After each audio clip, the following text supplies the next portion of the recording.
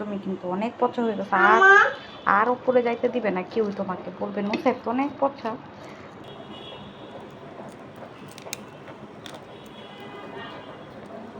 খাবা আমার হাত দেখি না।